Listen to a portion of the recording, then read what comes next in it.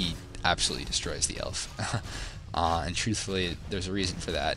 Frequently when the orcs lose, it's because they make a mistake as far as tier 2 buildings go, fighting out of position goes, etc, etc, etc. And when they win, it's because they're able to get that 60 or 70 food army with Spirit Link and Healing Scrolls that is just so difficult to do damage to.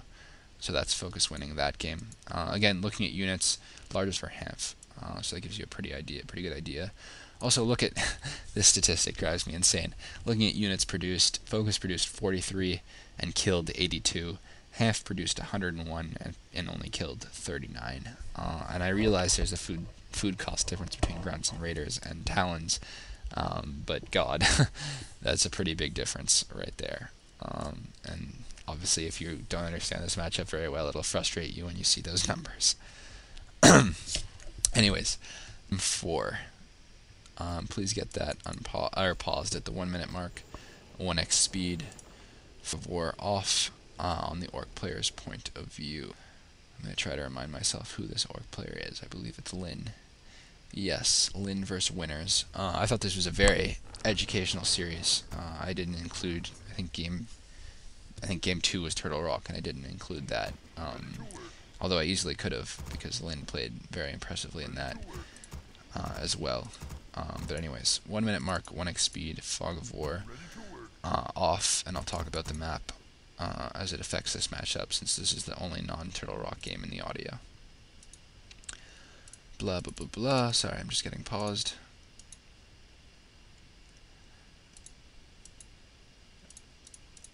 Okay, 1 minute mark, 1x speed, Fog of War off. Okay, Tyrannistan. This is the other map that's very commonly considered a dot map, and for good reason, I think. I don't think it's as good as Turtle Rock, but it's still a very good dot map. Reasons for that. One, AOW creeping early on, very, very useful. You can instantly get the level 2 without taking any real damage, which you can't do on Turtle Rock. You can't do that on a lot of maps, actually, but you can do it on Tyrannistan, which means you instantly get evasion, which is nice. It's a trade-off. It's a trade-off, though, because the orc also gets the instant level 2. The difference is, frequently, you'll see elf players build the Ancient of War a little further back than Winners has done, and they'll use that to creep their shop as well. So they're actually well on their way to level 3 without really having taken any serious damage and without having wasted any moon juice.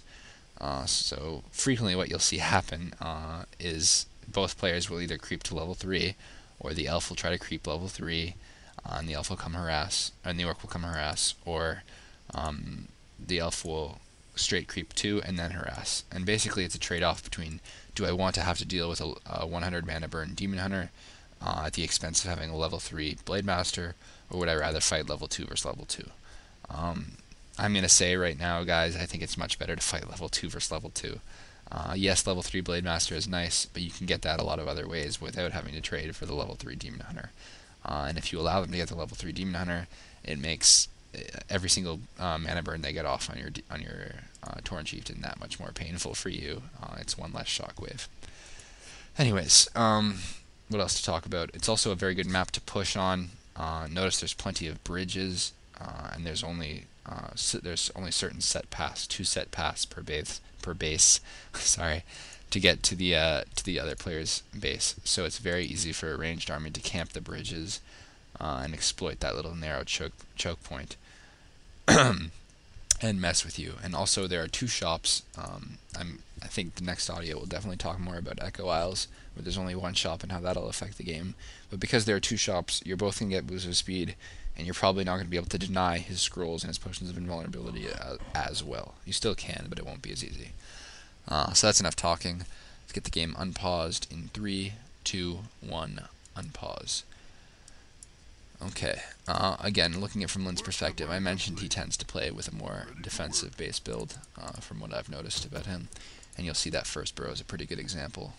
It's not covering very much. It's definitely not covering the barracks very well. One thing I'd like to mention right away, and something that you'll see a lot of orc players doing these days. Oh yeah, notice the second burrow, by the way, below the gold mine. You know, that's very, very far back, and it's going to make it pretty difficult to kill that burrow if you're the elf. You'll have to expose yourself to the orc space. So, you know, interesting difference between Lin and a lot of other players is where he puts that second burrow. So what I was going to say, the fact that there's a Goblin Lab below or above your base, and so near your base on these maps, and because you're going to creep it out right away in 99% of your games, it's actually very useful to build one of your tier 2 buildings, or both of your tier 2 buildings, next to the Goblin Lab. There's several reasons for this. One of them is that it's a hiding place, I guess. When the elf comes to try and cancel your buildings, he doesn't see it right away in your base. He might assume it's not there. At Lin's level of play, that's not going to happen. They're probably going to check that place, as Lin will check that place for Hunter's Hall, for example. But it's still, it's still a hiding place. And also because, like a human building a farm there, it gives you constant access to the Goblin Lab, which is nice. You can get, it's very rare for Orc to need a Shredder. You're probably not going to buy a Shredder in any matchup, but you can get the Sappers, or you can get, more importantly, Reveal. If you're not sure if he's gone lowers or wins at tier 2, for example, you can use Reveal there. If you don't have Dust, and there's some hidden archers, you can use Reveal for that purpose. So anyway, it's very useful to have a building there, and Elf can put a Wisp there, Human can put a farm there, Undead and Orc Undead can't really do anything to exploit it like that, but Orc can at least build a tier 2 building there. And actually, you're going to see Lin send a peon to that lab in this game. Anyways, standard openings, like I said, and notice Winners has chosen to creep the shop using the Ancient of War. Really ridiculous. I think that they can get away with doing this. I mean, unless Lin is straight harassed, there's no way to stop this. And he's pretty much brings him to level 3, and he gets the Sentry Ward, so that's pretty unfortunate. It's a very good job from this camp.